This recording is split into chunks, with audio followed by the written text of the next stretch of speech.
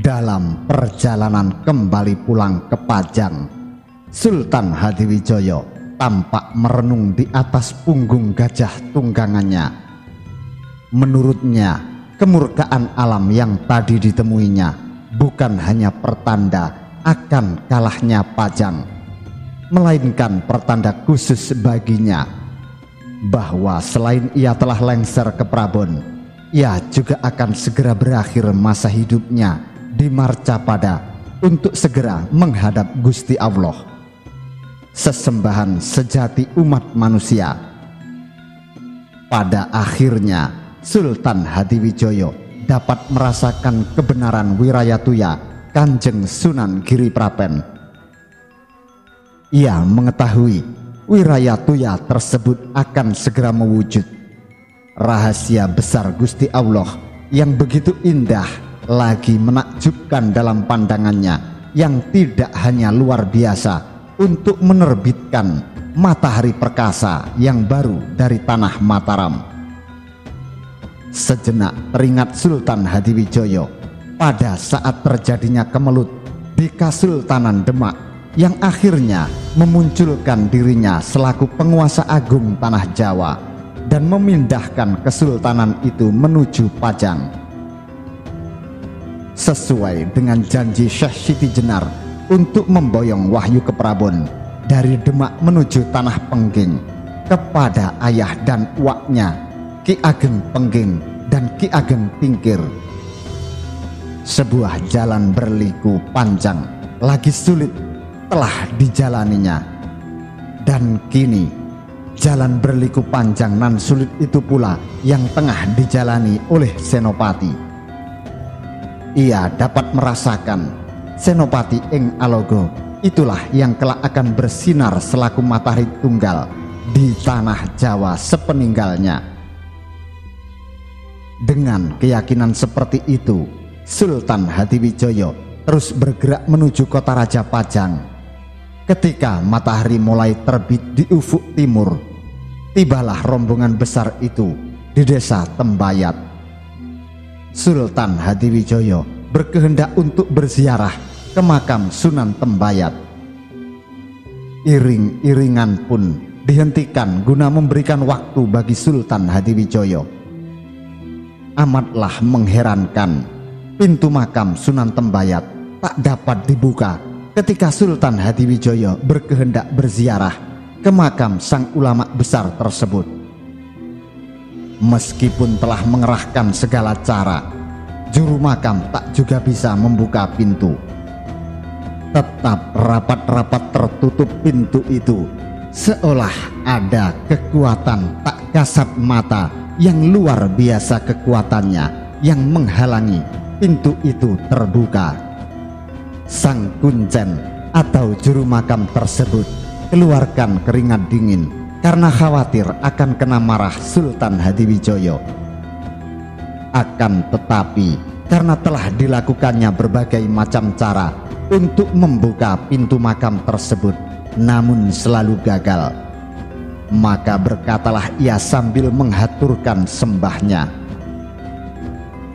"Mohon ampun Kanjeng Sultan, junjungan hamba telah berusaha hamba untuk membuka, namun pintu makam Kanjeng Sunan Tembayat ini tetap tertutup." Mengertilah Sultan Hadiwijaya, keinginannya untuk berziarah di makam Sunan Tembayat tidak dikabulkan. Ia pun memerintahkan kembali iring-iringan besarnya menuju Pajang. Tanda-tanda berakhirnya kekuasaan dan riwayat hidup Sultan Hadiwijaya kian jelas terlihat ketika dalam perjalanannya pulang selepas dusun Tembayat, tiba-tiba sebuah halilintar besar meledak dan menyambar sebuah pohon di dekat gajah yang ditunggangi oleh Sultan Hadiwijaya melangkah. Padahal langit pagi itu sangat cerah, tak berawan sedikit pun. Gajah Kiai Liman terkejut mendapatinya, lalu berontak dan mengamuk yang menyebabkan Sultan Hadiwijaya terjatuh dari atas punggung gajah tunggangannya itu. Gemparlah seketika iring-iringan besar itu. Segera disergap kecemasan yang besar segenap rombongan itu mendapati jatuhnya Sultan Hadiwijaya. Terlebih-lebih ketika mereka mendapati Sultan Hadiwijaya jatuh pingsan. Seketika setelah terjatuh dari punggung gajah tunggangannya, maka Pangeran Benawa pun meminta agar ayahnya tersebut dimasukkan ke dalam tandu, lalu diangkat sampai ke Pajang. Perjalanan pulang itu pun bagai beringsut dalam naungan kesedihan yang teramat sangat yang dirasakan segenap anggota rombongan. Mereka laksana pulang dari medan peperangan seraya membawa kekalahan besar yang sangat menyakitkan lagi memalukan. Sementara di pihak Mataram, keadaannya sangat berbeda dengan keadaan di pihak Pajang. Seluruh rakyat Mataram bersuka cita menyambut kemenangan para prajurit Mataram yang berhasil mempertahankan negerinya dari gempuran Pajang. Begitu gegap gempita sambutan yang diberikan oleh mereka kepada para prajurit Mataram yang pulang dari medan perang di daerah Prambanan. Di sepanjang jalan yang dilewati pulang oleh para prajurit tersebut, gema, takbir, dan teriakan-teriakan hidup Mataram serta hidup Senopati menggema di seantero perdikan Mataram. Begitu tersiar kabar bahwa pasukan Mataram yang dipimpin oleh Senopati berhasil mengalahkan dan menghalau gempuran para prajurit Pajang yang mencoba untuk meluluh lantakkan negeri Mataram. Senopati ing Alogo beserta Ki Juru Mertani dan seluruh petinggi Mataram mengendarai kuda mereka memasuki kota gede sampai ke Balai Kademangan Mataram dengan penuh rasa bangga. Apalagi mereka melihat antusiasme seluruh warga Mataram yang mengeluh-elukan mereka di sepanjang perjalanan pulang dari Prambanan. Setelah sampai ke kota gede, Senopati menitahkan agar seluruh petinggi Mataram untuk pulang ke rumah mereka masing-masing. Ia hanya meminta ditemani oleh Ki Juru Mertani. Sesampainya di Balai Kademangan Mataram, seluruh istri dan anak-anak Senopati menyambut kedatangan pemimpin negeri Mataram tersebut. Senyum bangga merekah di wajah mereka begitu melihat Senopati memasuki Balai Kademangan. Senopati pun langsung memeluk Nyimas Waskita Jawi, permaisurinya yang merupakan putri dari almarhum Ki Penjawi, penguasa Pati. Kemudian ia memeluk Mas Jolang, putra sulungnya yang ia angkat sebagai calon penggantinya kelak. Kelak akan menggantikan Senopati menjadi raja di Mataram dengan gelar Panembahan Prabu Hanyokrowati. Setelah meninggal dijuluki Panembahan Sedo ing Krapyak karena meninggal akibat kecelakaan di hutan Krapyak, daerah Bantul, Yogyakarta. Hamba sudah mendengar kemenangan pasukan Romo atas pasukan Pajang. Rupanya Gusti Allah tidak menghendaki tanah Mataram dihancurkan oleh orang-orang Pajang, sehingga Gusti Allah melindungi Romo serta prajurit dan rakyat Mataram, ucap Mas Jolang dengan sumringah seraya menjurah hormat pada ayahnya. Senopati mengangguk sambil tersenyum. Kemudian ia melangkah masuk ke dalam balai riung di Balai Kademangan, lalu duduk di atas kursi singgasananya. Sesaat ia melemparkan senyumannya kepada seluruh istri dan anak-anaknya. Lalu ia menoleh pada Ratu Waskita Jawi. Nyimas, bawa anak-anak ke dalam. Kang Mas masih ada yang harus dirundingkan dengan Paman Juru Mertani. Ratu Waskita Jawi pun menghaturkan sembahnya, meskipun nampak sedikit semburat kekecewaan di wajahnya karena ia masih kangen pada suaminya tersebut. "Baik, Kang Mas." Ki Juru Mertani hanya tersenyum kecut menyaksikan apa yang Senopati perintahkan kepada permaisurinya tersebut. Ia menghela napas pelan, kemudian duduk di kursi yang biasa ia duduki di balai riung penghadapan tersebut. Sementara Ratu Waskita Jawi menghampiri anak-anaknya.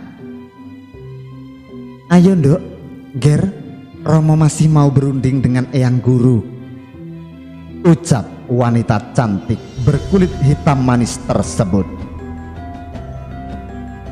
Mas Jolang beserta seluruh anak-anak Senopati yang lain pun menghaturkan sembahnya. Begitu pula istri-istri alias selir-selir Senopati yang lainnya. Lalu mereka pun beringsut meninggalkan ruangan balai riung penghadapan tersebut. Mestinya, ya biarkan saja dulu. Anak-anak itu ingin melepaskan kangen padamu, Ger. Setelah berhari-hari mereka diliputi kecemasan dan rasa tegang karena takut kehilanganmu dan negeri ini.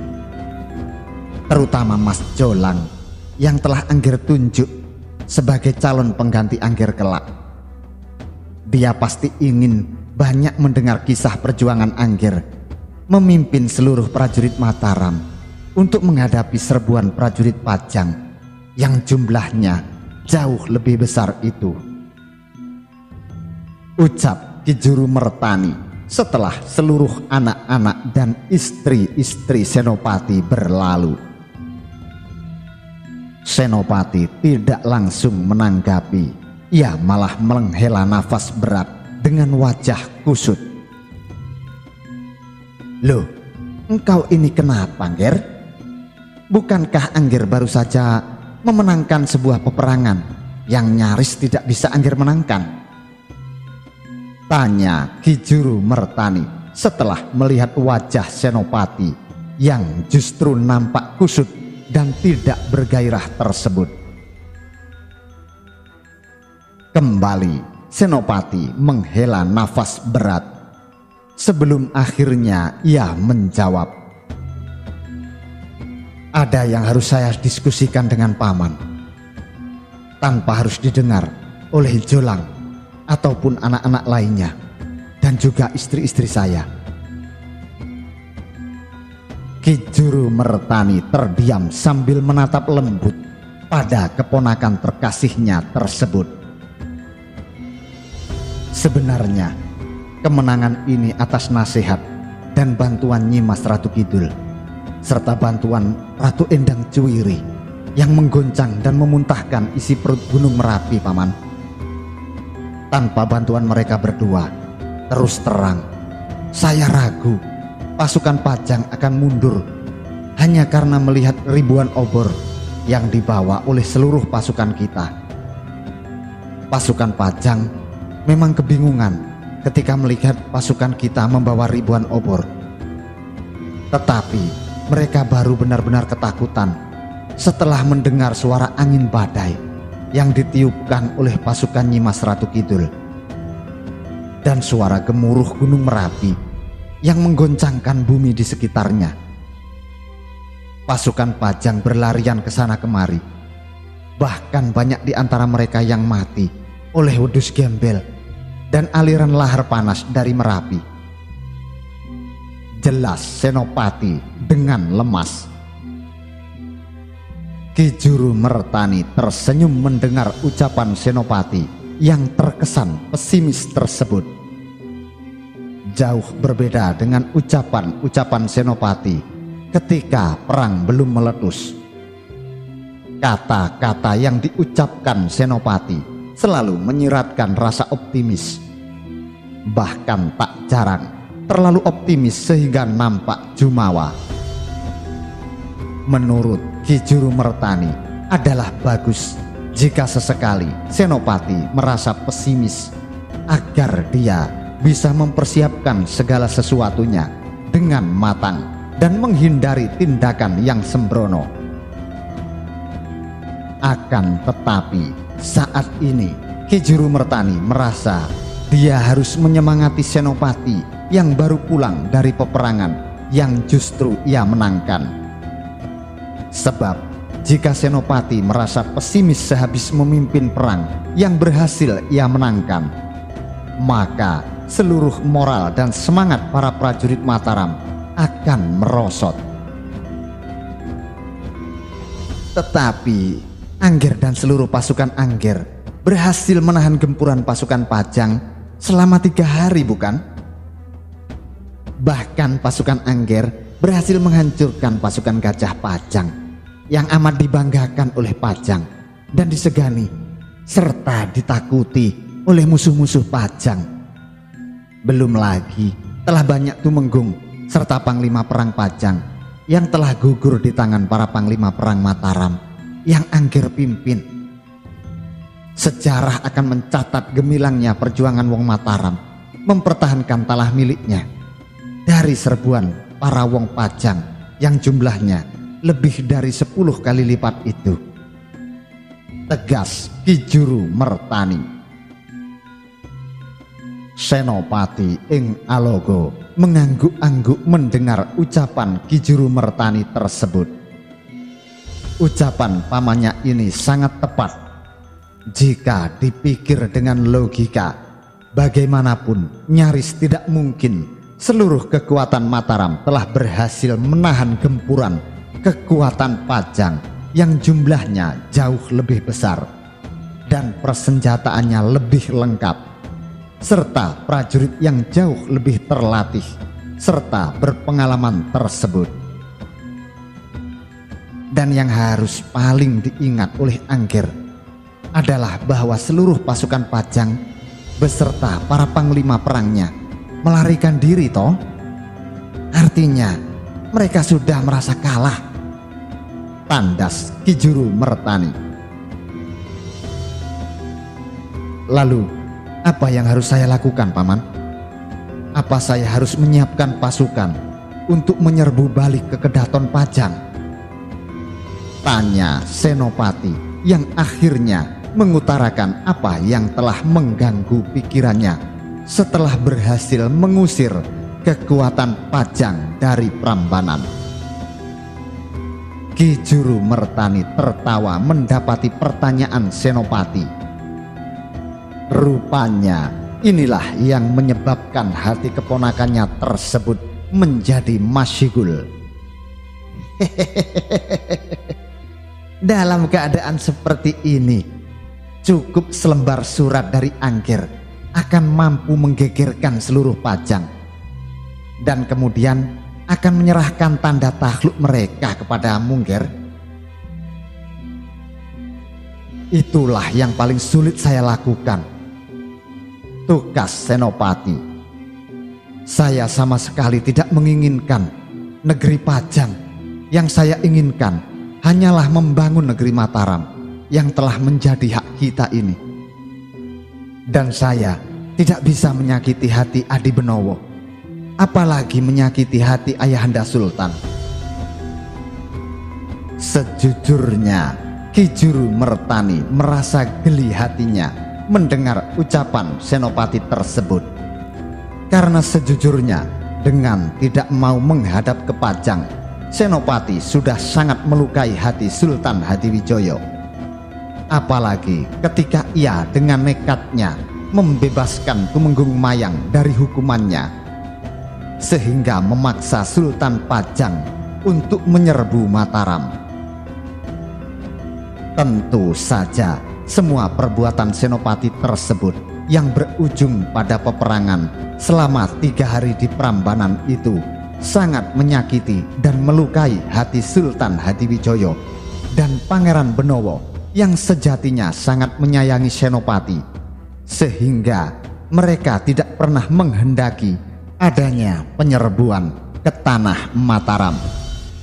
Tetapi sekarang sikapnya sangat bertentangan justru setelah berhasil memenangkan peperangan atas negeri Pajang. Tentunya hal tersebut sangat lucu bagi yang mengetahuinya. Namun di sisi lain, Ki Juru Mertani juga merasa bangga pada Senopati karena masih mempunyai welas asih di dalam hatinya. Masih memiliki ewuh pakewuh serta tidak pamrih yang merupakan sikap yang dijunjung orang-orang Selo. Dia juga masih menaruh hormat dan masih merasa sayang pada Sultan Hadiwijoyo serta Pangeran Benowo. Itu semua merupakan sikap yang harus dimiliki oleh seorang kesatria sejati. Akan tetapi bagaimanapun juga Senopati tetap harus bersikap tegas kepada pihak Pajang karena Pajang sudah berani untuk menyerbu Mataram dan nyaris merebut serta menghancurkan tanah yang menjadi hak Senopati serta seluruh orang Selo sebagai upah telah membasmi Haryo Penangsang. Dalam hal ini Senopati harus bisa bersikap tegas sebagai seorang pemimpin di pihak yang telah memenangkan peperangan. Ger, Paman setuju dengan sikapmu itu, Ger. Memang lebih baik kalau Angger mau memperbesar Mataram. Tapi kalau kemenanganmu terhadap Pajang di medan perang itu harus punya kelanjutan, harus ada tanda menyerah dari Pajang sebagai simbol bahwa peperangan yang telah mereka kobarkan itu telah berakhir dengan kekalahan di pihak mereka. Senopati menggeleng-gelengkan kepalanya. Saya belum memikirkan itu. Membutuhkan waktu lama untuk memikirkan hal yang kurang mengenakkan. Paman hanya menyampaikan hal-hal lazim yang biasa dilakukan oleh dua negeri yang terlibat pertikaian. Kenapa hal tersebut menjadi lazim? Karena bagaimanapun kedua belah pihak yang bertikai harus menghentikan pertikaian mereka. Pihak yang kalah bertikai akan menyerahkan tanda kekalahannya kepada pemenang sebagai isyarat bahwa mereka tidak ingin pertikaian itu terus berlanjut. Jelas Ki Juru Mertani. Kabar perihal jatuh sakitnya Sultan Hadiwijoyo segera menyebar. Tak hanya segenap prajurit dan rakyat Pajang, melainkan juga Tumenggung Surodipo yang mendapatkan laporannya dari prajurit Kajineman Mataram yang ia pimpin. Tumenggung Surodipo pun melaporkan kepada Senopati Ing Alogo perihal sakitnya Sultan Hadiwijoyo akibat jatuh dari punggung gajah tunggangannya. Tersentak Senopati yang sedang memikirkan surat yang akan ia tulis kepada pihak Pajang. Begitu mendengar laporan Tumenggung kepercayaannya tersebut, bagai mendengar 100 halilintar yang meledak dan bergemuruh bersamaan. Sejenak ia hanya bisa terdiam membisu. Sekujur tubuhnya bagaikan membeku. Termangu-mangu ia bagai telah menguap dan menghilang kesadarannya. Menyeruak kemudian duka kesedihan yang sangat di hatinya, seperti tak bisa dipercayainya kabar yang dilaporkan abdi kesayangannya itu. Ayahanda angkatnya yang sudah ia anggap sebagai ayah kandungnya sendiri, yang baru beberapa hari yang lalu masih berhadapan dengannya di wilayah Prambanan dalam posisi berseberangan untuk saling menggempur, kini jatuh sakit. Betapa cepatnya perubahan itu, Senopati serasa sulit memahami kenyataan yang dihadapinya itu. Seketika melayang di benaknya sosok ayah angkatnya tersebut. Teringat ia pada kasih sayangnya yang tidak membeda-bedakan dirinya dengan anak-anak kandung Sultan Hadiwijaya yang lain, hingga ia merasa laksana anak kandung penguasa Kesultanan Pajang tersebut. Teringat ia pada melubernya maaf dan ampunan yang disediakan ayah angkatnya itu terhadapnya. Betapapun nakalnya ia hingga berani mencintai calon selir ayahanda angkatnya itu, Sultan Hadiwijaya tetap memaafkan kesalahannya. Jauh di lubuk hatinya, ia bisa menyadari geramnya Sultan Hadiwijaya kepada dirinya karena nekat membebaskan Tumenggung Mayang yang tengah menjalani hukuman buang di Asem Arang. Di hadapan Ki Juru Mertani, secara tegas ia menyebutkan tak akan melawan sosok Sultan Hadiwijaya, melainkan kebijakannya yang dianggapnya salah serta sewenang-wenang sewaktu memutuskan hukuman bagi Tumenggung Mayang. Sekali-kali ia tidak akan berani melawan, apalagi memberontak kepada ayah angkatnya itu. Dan kini sosok yang mencintai dan dicintainya itu tengah sakit setelah terjatuh dari gajah tunggangannya. Untuk kesekian kalinya Senopati hanya bisa terdiam, tak mengerti harus berbuat apa. Ki Juru Mertani tersenyum melihat sikap Senopati. Katanya, "Begitulah takdir telah ditetapkan Gusti Allah. Anakku, kita sangat sulit mengetahui apa kehendaknya. Begitu tak terduga rahasia di balik ketetapannya itu. Sebagai titahnya, kita hanya bisa menerimanya dengan segala kepasrahan, dengan segala kesabaran." Senopati tetap terdiam. Berbagai pikiran berkecamuk hebat di benaknya. Serasa tetap sulit baginya menerima kenyataan itu. "Lantas, apa yang hendak engkau lakukan, anakku?" tanya Ki Juru Mertani.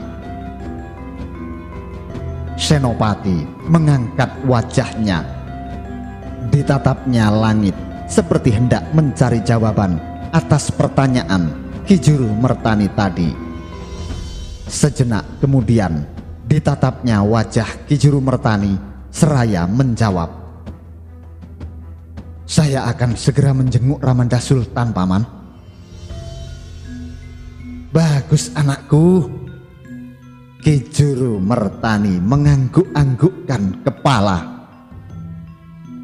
"Engkau tak takut menghadapi kekuatan Pajang yang bisa saja menangkap atau menyerangmu jika Angger mendadak muncul di dekat Kanjeng Sultan?" "Paman, bukankah baru saja Paman menyebutkan kita itu hanyalah titah Gusti Allah yang hanya bisa pasrah dan sabar menerima titah dan takdirnya?" Ki Juru Mertani tersenyum. Ia menyahut, "Aku hanya menguji niatmu, anakku. Apapun juga akan saya hadapi, akan saya terima, Paman." Tandas Senopati. "Niat saya yang sesungguhnya adalah menjenguk Gusti Sesembahan, ayahanda sekaligus guru saya yang tengah jatuh sakit. Seandainya kedatangan saya ditanggapi dengan sikap permusuhan, saya akan menerimanya. Saya siap menghadapinya." "Bagus, anakku," puji Ki Juru Mertani. "Namun begitu, Angger tetap harus didampingi oleh prajurit-prajurit pilihan yang bisa Angger andalkan. Selain sebagai untuk berjaga-jaga, itu juga sebagai tanda bahwa Angger adalah seorang pemimpin dari tanah Mataram yang berhak untuk didampingi oleh para prajurit andalan Angger." "Saya paham, Paman," angguk Senopati.